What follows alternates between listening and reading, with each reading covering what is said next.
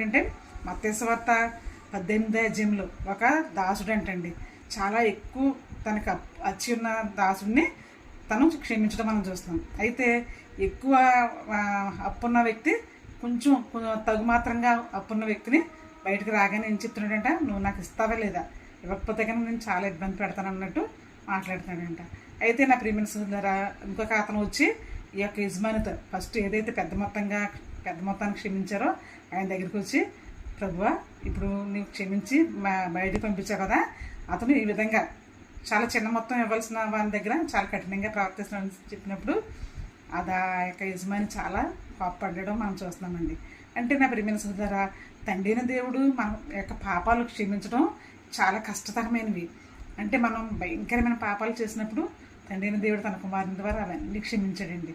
Last week కూడా మనం చెప్పుకున్నాం, యేసుక్రీస్తు ప్రభు వారు అంత భయంకరమైన మండుటండ్లైన ప్రాణాలు అర్పిస్తూ కూడా తండ్రి వీరు ఏం చేస్తున్నారు, వీరు ఎరుగని కనుక వీరిని క్షమించమని చెప్పారు. అంటే తండ్రిని దేవుడు మన కొరకు ఈ సృష్టి అంతా కూడా ఎంతో చక్కగా మనకి అమర్చి పెట్టారండి. అందుకే ఇక్కడ 92 దావీదు కీర్తనలో చెప్తున్నాడు, ప్రభువా నిన్ను స్తుతించడం మంచిది.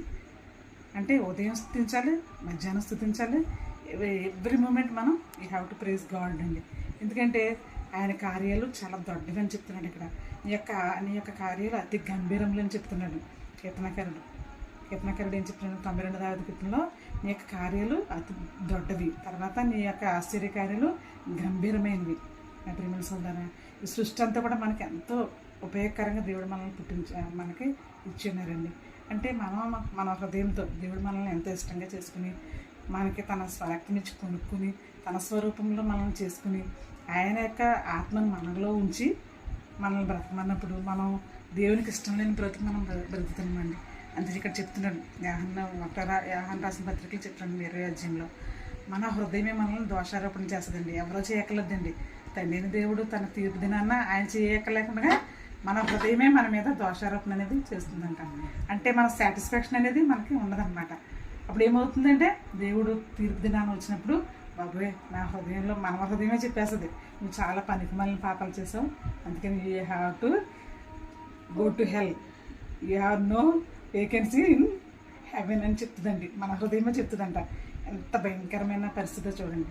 అందుకనే ప్రియమైన సోదరులారా, మన హృదయం మన మీద దోషారోపణ చేయకుండా ఉండాలంటే కనుక మనం దేవుని యొక్క ఆజ్ఞ పాటించేవారికి ఉండాలండి. ఆదివారం అంటే ఆదివారం విశ్రాంతి దినాన్ని పరిశుద్ధంగా ఆచరించాలి అని దేవుడు మనకు ఆజ్ఞగా ఇచ్చారు.